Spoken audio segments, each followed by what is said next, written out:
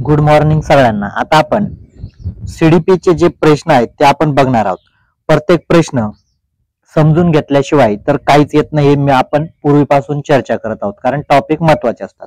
प्रश्न आहे 21वा. 10 प्रश्न आपण बघू.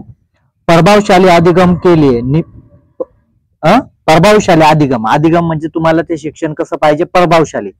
शिक्षकों को सुनिश्चित करना चाहिए की गतिविधियां, म्हणजे जर तुम्हाला प्रभावशाली अधिगम जर करायचा आहे तर गतिविधिया कशी पाहिजे, म्हणजे तुम्ही शिक्षण कशा प्रकारे देणार, पण ते प्रभावी पाहिजे. नुसतं शिक्षण देऊन चालणार आहे का, तर प्रभावी शिक्षण पाहिजे.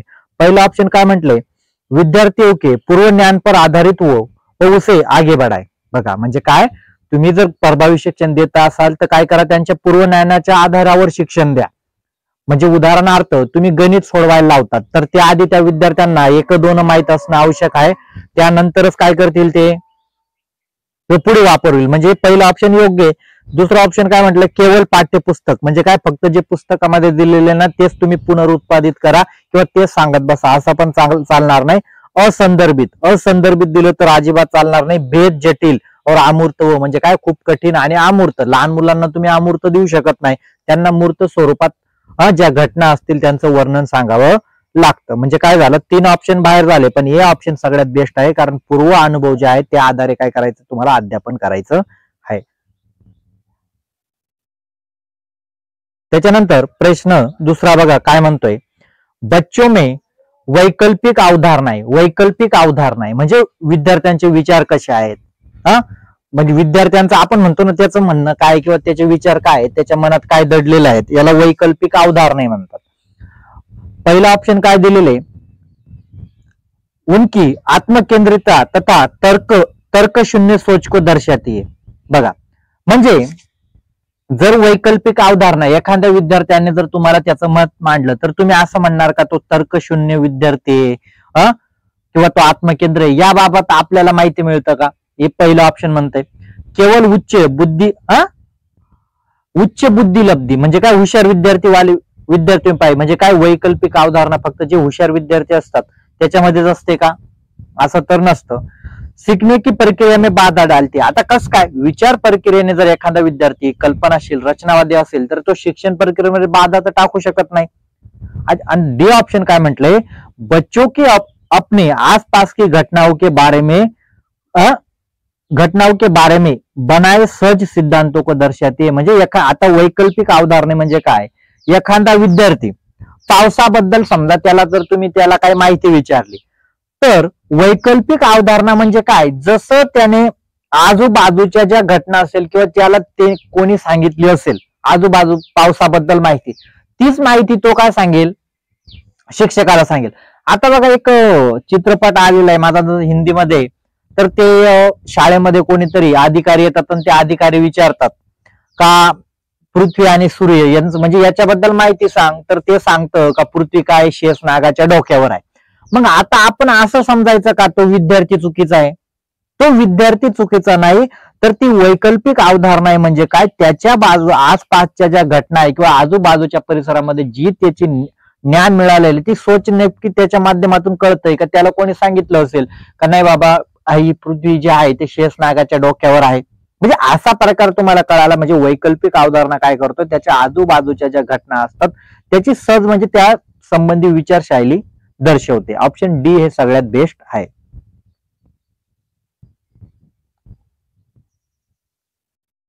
प्रश्न, जेवढा प्रश्न काळजीपूर्वक समजून घेणार तेवढाच तुम्हाला फायदा होईल. शिक्षक को प्रभावी समस्या समाधान को प्रोत्साहित कर सकते. म्हणजे बघा शिक्षक प्रभावी समस्या समाधान को प्रोत्साहित म्हणजे काय, विद्यार्थ्यांना तुम्ही स्वतःहून क्रियाशील करण्यासाठी काय करणार, समस्या समाधान करणे म्हणजे काय, क्रियाशील करण्यासाठी तुम्ही काय करणार.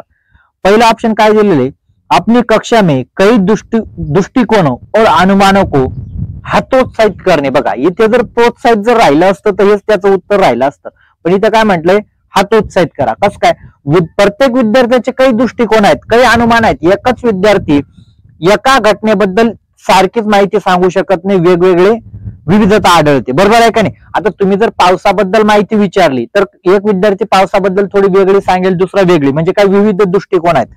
पण इथे काय म्हटलं, हतोत्साहित करणं म्हणजे त्यांची मतं वेगळी असतील त्याला हतोत्साहित केलं तर काय होईल, चुकीचं आहे. बच्चों को सहज अनुमान लगाने के लिए प्रोत्साहित करके, म्हणजे काय, विद्यार्थ्याला सांगू द्या ना, विद्यार्थी लहान आहे, सहज त्याच्या मतानुसार त्याचे अनुभव सांगून द्या. बी ऑप्शन चांगलं म्हणताय. आणि त्याच्यानंतर सी ऑप्शन काय म्हटलंय, समस्या का चरण दर चरण समाधान लिख कर, म्हणजे काय, जे विद्यार्थ्यांना माहित आहे ते प्रत्येक लिखाण काम करायला लावा. आता काय म्हणतील, चांगलं आहे ना, लिखाण काम करायला लावा, पण विद्यार्थी कितवीचे ते पण तुम्ही लक्षात, विद्यार्थ्यांना तुम्ही जर वारंवार तुम्हाला काय सांगायचं आहे ना लिहून द्या, काय सांगायचं आहे ना लिहून द्या, प्रत्येक समस्या सोडवण्यासाठी काय करा, कशी सोडवायची लिहून द्या, असं अजिबात चालणार आहे, म्हणजे याचा पण विपरीत परिणाम होईल.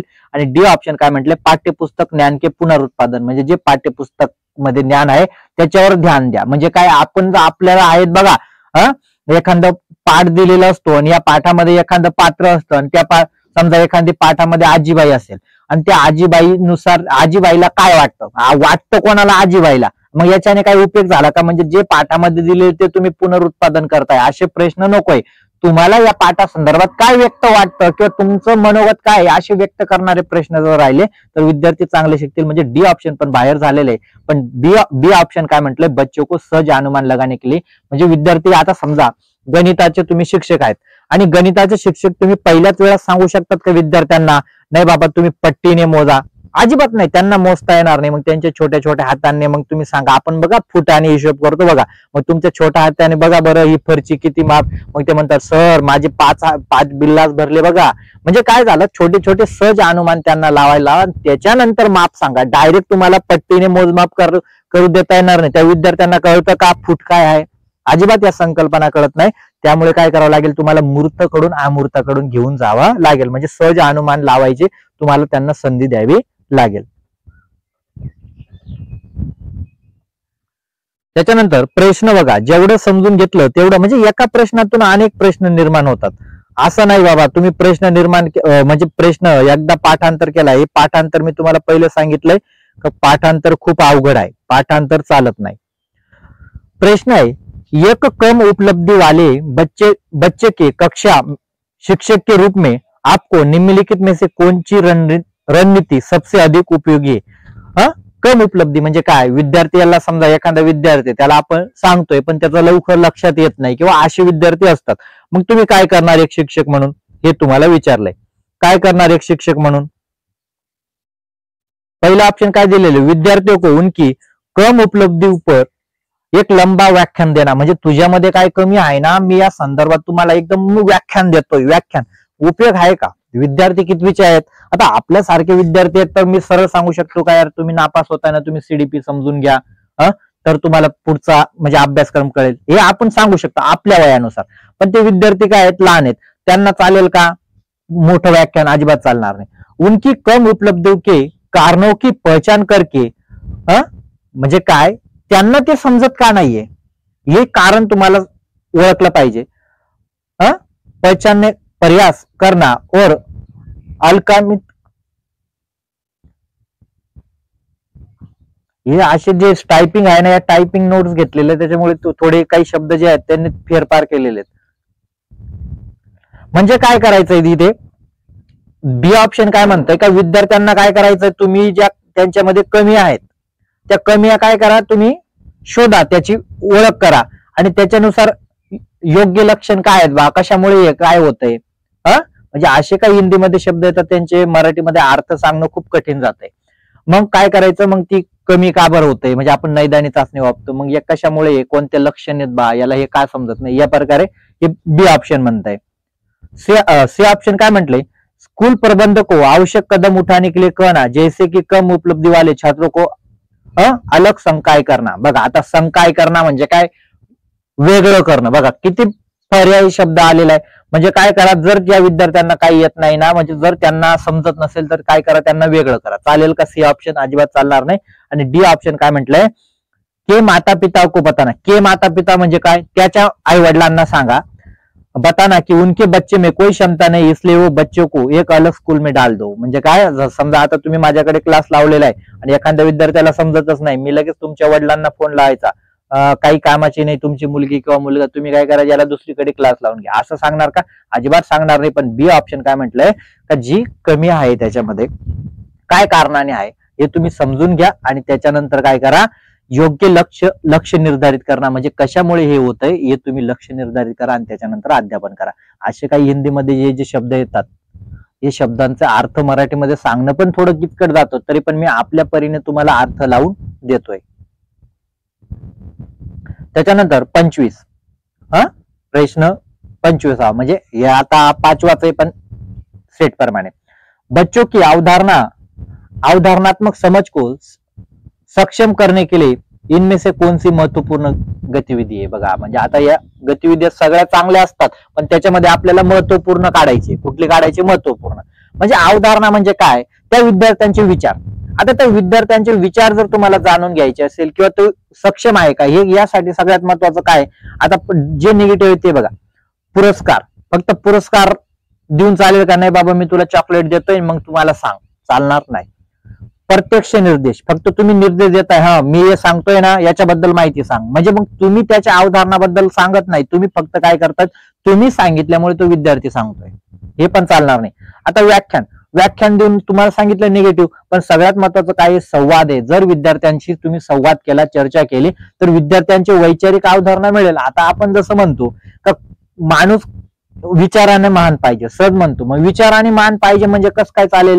त्याच्या फक्त डिग्री, किती शिक्षण घेतलेले किंवा किती टक्के हे समजून चालेल का? तो आपल्याशी जर बोलला, आपल्याशी जर संवाद झाला, मग आपण म्हणतो नाही बाबा त्याचं मन खूप चांगलं आहे बरं का. आता मन चांगलं आहे कसं काय ओळखलं? काय त्याचं मार्कशीट पाहून तर तुम्ही ओळखलं नाही ना, तर तुम्ही काय केलं? त्याच्याशी संवाद केला, म्हणजे त्याची अवधारणा काय, त्याची विचार प्रक्रिया काय ही कुठे कळते? संवादामधून कळते किंवा चर्चेमधून कळत असते. त्याच्यानंतर प्रश्न थोडा अवघड आहे. प्रश्न अवघड आहे पण सोपा आहे. का सोपा आहे? कारण मी तुम्हाला एक ट्रिक पण दिलेली आहे आणि सगळ्यात महत्वाचं काय, त्याच्यामध्ये उत्तर राहिल तर तुम्हाला सापडेल. राष्ट्रीय शिक्षा नीति 2020 एनईपी वर आलेला प्रश्न आहे. अनुभवात्मक अधिगम को सभी स्तरों पर अपनाया जाएगा. म्हणजे काय? एनईपी ने काय सांगितलं होतं का जे शिक्षण द्या त्या कसे द्या? अनुभवावर द्या. म्हणजे विद्यार्थ्यांना अनुभव आहे त्याच प्रसंगाने तुम्ही त्याला पुढे घेऊन चाला. असं नाही बाबा विद्यार्थ्याला त्या संदर्भात काहीच माहित नाही आणि तुम्ही फक्त अध्यापन करताय, असं नाही, तर अनुभव आधारित शिक्षण द्या. अनुभवात्मक अधिगम के संदर्भ में क्या सही नाहीये. म्हणजे काय? जे तुम्ही अनुभवातून जे शिक्षण देताय त्याच्यापैकी काय म्हटलंय? सही नाहीये. म्हणजे काय? तुम्हाला निगेटिव्ह काढायचंय. काय निगेटिव्ह काढणार हे तुम्हाला आता निगेटिव्ह केव्हा कळेल? ज्या वेळेला तुम्ही वाचणार. ये शिक्षण अधिगम प्रक्रिया में छात्रों की तुलना में शिक्षक से अधिक सक्रिय बनाता है. म्हणजे काय? जे तुम्ही अनुभवावर शिक्षण देताय ते शिक्षकासाठी महत्वाचं आहे का? शिक्षक को अधिक सक्रिय बनाता है. शिक्षकाला सक्रिय कशाला बनवेल? विद्यार्थी सक्रिय पाहिजे. अनुभवातून शिक्षण देत असाल तर तुम्ही विद्यार्थ्यांना सक्रिय बनवण्यासाठी शिक्षण देताय, म्हणजे शिक्षक सक्रिय होईल का? तर हे ऑप्शन तर म्हणजे चुकीचं आहे. आपल्याला पहिलं निगेटिव्ह मिळालेलं आहे. दुसरं ऑप्शन काय दिलेलं आहे? ये नए ज्ञान को प्राप्त करने और सकारात्मक सीखने के लिए हस्तांतरण के लिए पिछले अनुभव को जोड़ने में मदत करता है. म्हणजे चांगलं आहे, कारण अनुभवातून जर तुम्ही शिक्षण देत असाल तर काय जे जुनं ज्ञान आहे आणि आताचं ज्ञान आहे हे जोडलं जातं, म्हणजे याच्यामध्ये अनुबंध लागतो. हे बरोबर दिलेले, पण आपल्याला निगेटिव्ह काढायचं आहे. अजून एक निगेटिव्ह पाहिजे ना. ये पूरी तरह से पारंपरिक किताब पर आधारित ज्ञान को बढ़ावा देने पर आधारित आहे. म्हणजे काय? फक्त हे जे अनुभवातून जे शिक्षण द्या असं सांगितलं का एनईपीने? का जर तुम्ही पुस्तकामध्ये जे ज्ञान आहे ना त्याच्यावरच तुम्ही शिकवत बसा असं पण आपल्याला सांगितलं, म्हणजे हे पण निगेटिव्ह दिलेले. हे पण काय दिलेलं? निगेटिव्ह दिलेले. आणि चौथा ऑप्शन काय म्हटलं? ये अनुभव और प्रयासों के माध्यम से छात्रों को वास्तविक और वैज्ञानिक समझ विकसित करने पर जोर देता है. म्हणजे अनुभवातून जर शिक्षण दिलं तर ते काय होईल? त्यांची वास्तविक समज म्हणजे काय? पूर्वीचे अनुभव आणि वैज्ञानिक समज म्हणजे काय? जे आता तुम्ही पूर्वी नंतरून देणार आहे याच्यावर जोर देण्यासाठी चांगला आहे. मग आपल्याला काय विचारलंय? निगेटिव्ह विचारलंय. निगेटिव्ह विचारलंय म्हणजे काय? म्हणजे जे चुकीचे आहेत. म्हणजे आपल्याला ऑप्शन काय मिळाले? ऑप्शन 1 आणि 3. ऑप्शन 1 आणि 3 कुठे आलेले? बी ऑप्शन बघा, याच्यामध्ये 1 आणि 3 दिलेले, म्हणजे आपल्याला काय कोणता सही नाहीये? ऑप्शन 1 आणि 3 ज्याच्यामध्ये आहे ते सही नाहीये. ऑप्शन बी आहे त्याचं उत्तर आहे. बघा प्रश्न किती अवघड होता, समजून घेतल्याशिवाय कळणार आहे का? आणि सगळ्यात महत्वाचं इथे टॉपिक नाही. आणि ज्या विद्यार्थ्यांना बॅच जॉईन करायचे त्या विद्यार्थ्यांनी कमेंट बॉक्स मध्ये मोबाईल नंबर दिलेला आहे, या मोबाईल नंबरवर तुम्ही संपर्क करा. सगळे टॉपिक तुम्हाला मराठीमध्ये मिळून जातात, व्हिडिओ मिळून जातात, नोट्स मिळून जातात, सगळं काही मिळतं. तुम्ही कमेंट बॉक्स मध्ये मोबाईल नंबर दिलेला आहे, याच्यावर बॅच जॉईन करू शकतात. त्याच्यानंतर प्रश्न बघा, प्रश्न काय म्हणतोय, निम्नलिखित में से कौन सी भावना सार्थक सीखने की प्रक्रिया को सुगम बनाती है. म्हणजे काय, तुम्हाला विद्यार्थ्यांना सार्थक, सार्थक म्हणजे सक्रिय, बघा किती शब्द हिंदीमध्ये तुम्हाला फक्त फसवण्यासाठी दिलेले असतात. सार्थक सुगम, सुगम म्हणजे काय, त्यांच्या वयानुरूप. आपण त्याला काय म्हणतो मराठीमध्ये काहीतरी एक शब्द येतो, अनुकूलन पण वापरलं जातं, म्हणजे त्यांच्या सुगम, अनुकूलन हिंदीमध्ये वापरलं जातं. दशेत, आता जर तुम्ही दशेत निर्माण केली एक शिक्षक म्हणून, जर चुकलं तर याद राखा मी तुम्हाला शिक्षा दिली, अशी पण चालणार नाही. म्हणजे एखाद्या विद्यार्थ्यानं कुष्ठा म्हणतो, एखाद्या विद्यार्थ्यानं म्हणजे तुम्ही त्याला भावना त्याच्या नाकारला, असं पण चालणार नाही. चीड अजिबात चालणार नाही, पण उत्तेजना चालेल. म्हणजे तुम्हाला हे कौशल्य मिळवण्यासाठी उत्तेजना देणे महत्वाचे असते, प्रेरणा महत्वाची असते. सुगम काय बनवेल तर उत्तेजना. प्रश्न 28 काय म्हणतोय बघा, बच्चों को किस प्रक्रिया से सबसे बेहतर सीखते, म्हणजे बच्चे किस प्रक्रिया में सबसे बेहतर शिकते. सबसे बेहतर, बेहतर फक्त काय, सबसे बेहतर एवढं लक्षात ठेवायचं. काय म्हटलेलं, सबसे बेहतर शिकते हे सगळ्यात महत्वाचं.